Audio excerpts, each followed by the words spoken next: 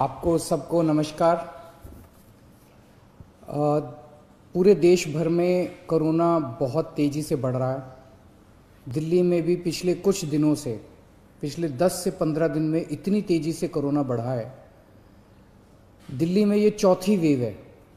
इसके पहले 3 वेव्स दिल्ली के अंदर आ चुकी है और हम सब दिल्ली वासियों ने मिलके उसका बड़े अच्छे से मुकाबला किया और वो ठीक हो गया। अब ये चौथी वेव आई है जो बेहद ख़तरनाक है, बहुत तेज़ी से बढ़ रहा है। इतना तेज़ी से बढ़ रहा है कि बहुत सारे लोगों की समझ के बाहर है। जैसे कुछ दिन पहले तक,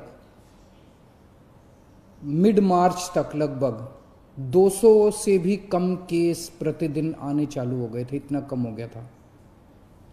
और कल के 24 घंटे की जो रिपोर्ट अभी थोड़ी देर में आज शाम तक पब्लिश होगी, दिल्ली में 10,732 केस पिछले 24 घंटे में आए हैं। 10,732 केस पिछले 24 घंटे में। उसके पिछले 24 घंटे में 7,900 केस आए थे।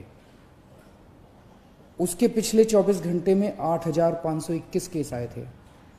मतलब आप देखिए कि पिछले 3 दिन के अंदर ही कितनी तेजी से बढ़े हैं। पहले 2 दिन लगभग 8 साढ़े 8 हज़ार केस थे और कल 24 घंटे में 10,732 केसेस आए। इसके ऊपर स्थिति बेहद चिंताजनक है, इसमें कोई दो राय नहीं है।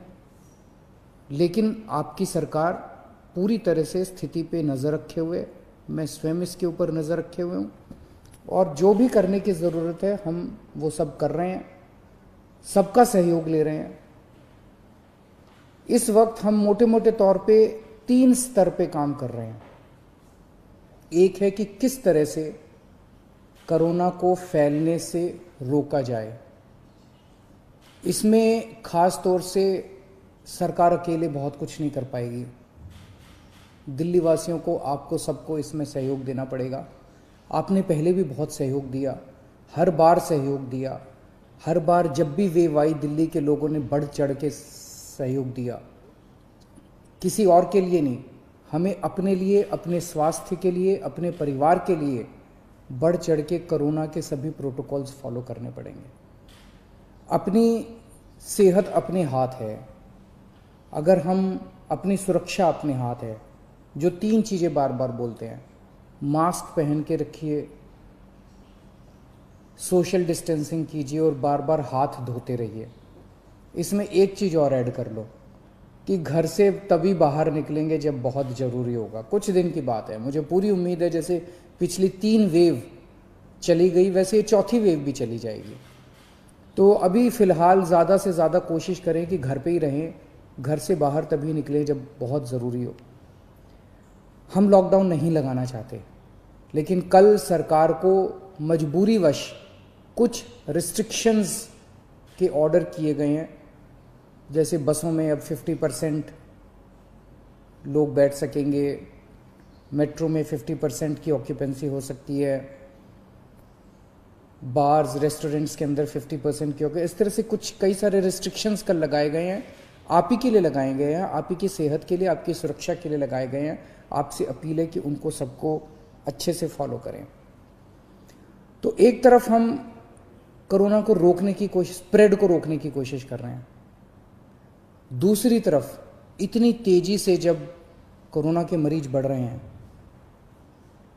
किसी को कोरोना होता है तो वो फिर या तो होम आइसोलेशन में जाता है और या फिर अस्पताल की तरफ जाता है। हम चाहते हैं, पूरी कोशिश कर रहे हैं और पूरा इंतजाम किया है कि जब कोई अस्पताल में जाए, उसे अस्पताल की ज़रूरत पड़े, इलाज की ज़रूरत पड़े, तो उसे दिल्ली के लोगों को बेस्ट से बेस्ट इलाज मिलना चाहिए। किसी तरह की बेड की कमी नहीं होनी चाहिए, ऑक्सीजन की कमी नहीं होनी चाहिए, वेंटिलेटर की कमी नहीं होनी चाहिए।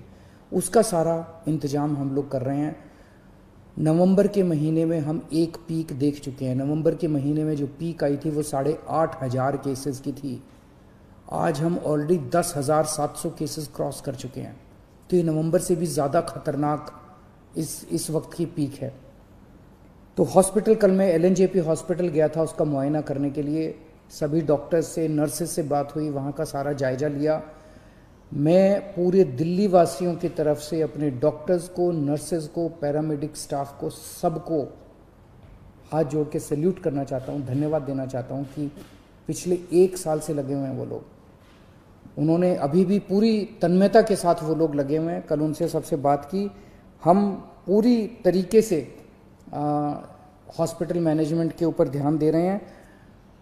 कुछ लोगों के मेरे पास मैसेजेस आए पिछले कुछ दिनों के अंदर कि सर हम इस अस्पताल में गए, इधर बेड नहीं मिल रहा, उसमें गए, उसमें बेड नहीं मिल रहा। वो ऐप जो हमने हॉस्पिटल बेड्स का जारी किया था कुछ महीने पहले, पिछली जो पहली वेव आई थी जून के महीने में, 6 महीने पहले, वो ऐप आज भी काम कर रहा है। तो अगर आपको अस्पताल की ज़रूरत है, अगर आपको कोरोना हो गया, अस्पताल जाने की ज़रूरत है, तो किस अस्पताल में बेड अवेलेबल है वो आप अपने ऐप से देख लीजिए। ऐप, सारे लोग ऐप डाउनलोड कर लो और उस ऐप से आप लोग देख लीजिए कि किस अस्पताल में बेड की ज़रूरत है और कहाँ। तो सीधे मरीज को उधर ही लेके जाओ, एक अस्पताल से दूसरे अस्पताल में जाने की जरूरत नहीं है, पहली चीज़। दूसरी चीज़, कुछ लोग केवल प्राइवेट अस्पतालों की तरफ दौड़ रहे हैं। प्राइवेट अस्पतालों में बेड थोड़े कम होते हैं। अब दिल्ली के अंदर पिछले 5 साल में आपकी सरकार ने मिलकर दिल्ली के सरकारी अस्पतालों को बहुत शानदार कर दिया है। दिल्ली के सरकारी अस्पतालों में बहुत अच्छा इलाज हो रहा है। पैसे वाले लोग भी दिल्ली के सरकारी अस्पतालों में जा रहे हैं। मेरी आप लोगों से निवेदन है कि सब लोग प्राइवेट अस्पतालों की तरफ मत दौड़िए। सरकारी अस्पतालों में जाएंगे, वहाँ भी आपको अच्छा इलाज मिलेगा। सरकारी अस्पतालों में भी आप जा सकते हैं। अगर आपका ऐप दिखाता है कि सरकारी अस्पताल में बेड खाली है तो सरकारी अस्पताल में जाइए, लेकिन अस्पताल में तभी जाइए जब आपको ज़रूरत हो। अगर सब लोग अस्पतालों की तरफ दौड़ने लग गए, अस्पताल कम पड़ जाएंगे। अगर सब लोग अस्पतालों की तरफ दौड़ने लग गए, बेड कम पड़ जाएंगे, आईसीयू कम पड़ जाएंगे, वेंटिलेटर कम पड़ जाएंगे। तो अगर आपको अस्पताल की ज़रूरत है तभी अस्पताल में जाइए, वरना होम आइसोलेशन में रहिए। अस्पताल के बेड केवल सीरियस मरीजों के लिए रहने दीजिए। अगर आप एसिम्टोमेटिक हैं, अगर आपको सिंपल सिम्टम्स हैं, ज़्यादा बीमारी नहीं है, और अगर आप अस्पताल चले गए तो आपने एक बेड ऑक्यूपाई कर लिया जबकि आपका घर पे इलाज हो सकता था। और अगर कोई सीरियस मरीज आता है अस्पताल के अंदर, उसको बेड नहीं मिलेगा, उसको बाहर वेट करनी पड़ेगी, उसकी मौत हो सकती है, सीरियस मरीज की मौत हो सकती है, उसको अस्पताल की ज़रूरत है। इसलिए मेरी हाथ जोड़ के सबसे विनती है कि कई लोग मैंने देखा वो कहते हैं जी मैं तो अस्पताल जाके एडमिट हो जाता हूँ, घर में दूसरों का ना हो जाए। घर के अंदर होम आइसोलेशन कीजिए, हमारी टीम आपके घर आएगी, आपको सारा गाइडलाइंस वगैरह सब बता देगी, ऑक्सीमीटर दे के जाएगी, आपको बता देगी कैसे होम आइसोलेशन करना है, आपके साथ हम संपर्क में रहेंगे।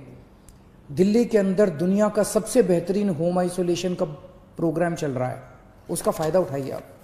तो इसमें आप सब लोगों की मेरे को सहयोग की ज़रूरत है कि जब तक अस्पताल में जाने की ज़रूरत ना हो, अस्पताल मत जाइए। अस्पताल के बेड सीरियस मरीजों के लिए खाली रखिए, ये सबसे ज़रूरी है इस टाइम। अपने को हॉस्पिटल मैनेजमेंट सबसे ज़रूरी है। दुनिया भर के अंदर मैंने देखा है किस तरह से अस्पताल कम पड़ जाते हैं। इतनी तेज़ी से फैलने वाली बीमारी है कि अस्पताल अगर कम पड़ गए तो फिर बड़ी दिक्कत हो जाएगी। मैंने पहले भी कहा था लॉकडाउन के लिए कि लॉकडाउन के पक्ष में मैं नहीं हूँ। मुझे लगता है कि लॉकडाउन कोरोना से जूझने का समाधान नहीं है। लॉकडाउन किसी भी सरकार को तब लगाना चाहिए जब उसकी अस्पतालों की व्यवस्था कोलैप्स कर जाए और उसको ज़रूरत हो कि लॉकडाउन से कोरोना की गति धीमी हो जाती है। अभी अस्पताल की व्यवस्था हमारे कंट्रोल में है, आपका सहयोग चाहिए। अगर आपका सहयोग मिलता रहा और अस्पताल की व्यवस्था काबू में रही, हमें दिल्ली में लॉकडाउन लगाने की ज़रूरत नहीं पड़ेगी। लेकिन अगर अस्पतालों के अंदर बेड्स की कमी होने लगी और अगर अस्पतालों के अंदर बेड्स नहीं मिलने लगे तो कहीं ऐसा ना हो कि दिल्ली में लॉकडाउन लगाना पड़े। हम दिल्ली में लॉकडाउन लगाना नहीं चाहते, आपका सहयोग चाहिए। और तीसरी चीज़, एक हम कर रहे हैं कि स्प्रेड नहीं होना चाहिए, दूसरा हॉस्पिटल मैनेजमेंट, और तीसरा वैक्सीनेशन। आज एक बहुत अजीब विरोधाभास है। कोरोना की दवाई आ गई है, वैक्सीन आ गया है, और उसके बावजूद कोरोना इतनी तेजी से फैल रहा है। हमें कोरोना को हराने के लिए कोरोना से ज़्यादा स्पीड पे वैक्सीनेशन करना चाहिए था। जिस तेजी से कोरोना फैल रहा है उससे ज़्यादा बड़ी स्पीड से अगर हम वैक्सीनेशन कर देते, हम कोरोना को काबू कर सकते थे। हमारी कोरोना की गति बहुत धीमी है। मैंने केंद्र सरकार से कई बार हाथ जोड़ के निवेदन किया है, केंद्र सरकार को चिट्ठी भी लिखी है, प्रधानमंत्री जी को भी चिट्ठी लिखी है कि ये जितने रिस्ट्रिक्शन लगा रखे हैं वैक्सीनेशन के ऊपर, सब रिस्ट्रिक्शन हटा दीजिए। अभी तो ऐसी ज़रूरत है कि सरकार, हमारी सरकार तैयार है, दिल्ली सरकार तैयार है, हम घर घर जाके कोरोना की वैक्सीन लगाने को तैयार हैं। हमारे स्टाफ जो है वो घर घर जाके वैक्सीनेशन लगाने को तैयार है। 2 महीने 3 महीने के अंदर, मैं अभी मुख्यमंत्रियों की जब बैठक हुई उसमें और भी 2-3 मुख्यमंत्रियों ने कहा कि हम 3 महीने के अंदर पूरे अपने राज्य को कोरोना की वैक्सीन लगा देंगे। आप ये रिस्ट्रिक्शंस हटा दीजिए, 45 साल से ऊपर वालों को लगेगी। दिल्ली के अंदर जो मेरा डेटा है वो ये दिखाता है कि 65% मरीज दिल्ली के अंदर जो अब कोरोना के आ रहे हैं वो 35 साल से कम उम्र के हैं। तो अगर 65% मरीज 35 साल से कम उम्र के हैं तो कोरोना रुकेगा कैसे? कोरोना की साइकिल कैसे टूटेगी? वो तो तभी टूटेगी ना जब वैक्सीनेशन लगेगा। तो मेरी केंद्र सरकार से निवेदन है, केंद्र सरकार ने बहुत रिस्ट्रिक्शन लगा रखे हैं कि सेंटर नहीं खोल सकते, ज़्यादा सेंटर नहीं खोल सकते, इस उम्र से कम लोगों को नहीं दे सकते। अभी तो हमें लार्ज स्केल के ऊपर, युद्ध स्तर के ऊपर सारी मशीनरी हमें वैक्सीनेशन के ऊपर लगा देनी चाहिए। इससे बड़ा विरोधाभास क्या हो सकता है कि हमारी वैक्सीन आ गई और उसके बावजूद हम कोरोना से लड़ रहे हैं, कोरोना इतना तेजी से फैल रहा है। तो अगर हम कोरोना की वैक्सीनेशन बहुत तेज कर दें तो ये इसका एक समाधान हो सकता है। कुछ लोगों के मन में, जैसे अभी पूरे देश भर से रिपोर्ट आई, एक अस्पताल में 37 डॉक्टर्स जिन लोगों को वैक्सीन लगी थी, दोनों डोज लगी थी, उनको भी कोरोना हो गया। एक और उत्तर प्रदेश से एक अस्पताल से रिपोर्ट आई, एक महाराष्ट्र से एक अस्पताल से, कि कई सारे ऐसे लोग हैं जहाँ पे जिन लोगों ने दोनों डोज ले ली उसके बावजूद भी कोरोना हो रहा है। तो लोग पूछ रहे हैं कि यार ये वैक्सीन लगाने से कोई फ़ायदा है? तो मैंने कई एक्सपर्ट से बात की, कई डॉक्टर से बात की, उन सब का ये कहना है कि वैक्सीन लगाने से आपको सीरियस बीमारी नहीं होती।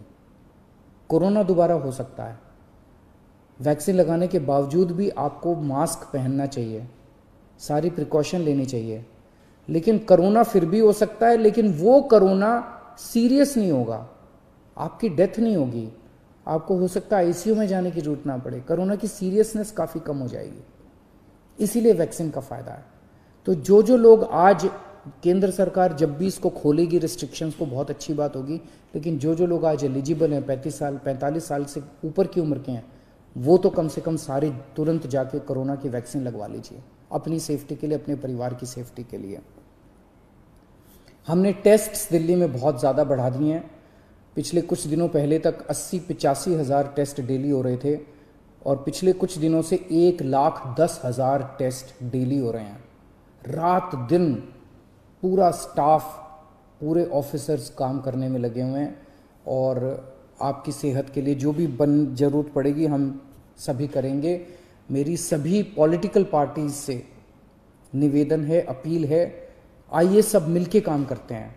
ये वक्त राजनीति करने का नहीं है, ये वक्त एक दूसरे के ऊपर फिंगर पॉइंटिंग का नहीं है, ये वक्त एक दूसरे के ऊपर छीटाकशी करने का नहीं है, बाद में कर लेंगे राजनीति। सब मिलके अभी तो अब दिल्ली वासियों की सेवा करते हैं और मैं सभी लोगों से अपील करता हूँ, पिछली बार आप सबने सहयोग किया था, हम केंद्र सरकार से पूरा सहयोग ले रहे हैं। मैं सभी डॉक्टर्स से अपील करता हूँ, सभी डॉक्टर्स की एनजीओ से अपील करता हूँ, सभी धार्मिक संस्थानों से मैं हाथ जोड़ के अपील करता हूँ, सभी सामाजिक संस्थानों से, एनजीओ से अपील करता हूँ कि ये चौथी वेव बेहद खतरनाक है इंसानियत के लिए। हम सब लोग फिर से एक साथ वापस एक साथ जुड़ें और इस चौथी वेव का सामना करें। कुछ लोग कहते हैं, जब मैं उनको कहता हूँ कि मास्क क्यों नहीं पहना हुआ, कहते हैं सर 1 साल हो गया, अब थक गए हैं। अब ये सोचो, वो डॉक्टर जो 1 साल से और नर्स और जो पैरामेडिक स्टाफ 1 साल से अस्पताल के अंदर रात दिन 24 घंटे आपका इलाज कर रहा है, वो नहीं थका, वो तो आपसे ज़्यादा थक गया है। अगर वो 24 घंटे पिछले 1 साल से काम कर सकता है, अपनी ज़िंदगी दांव पे लगा के कर सकता है, तो आप कम से कम मास्क तो पहन ही सकते हैं।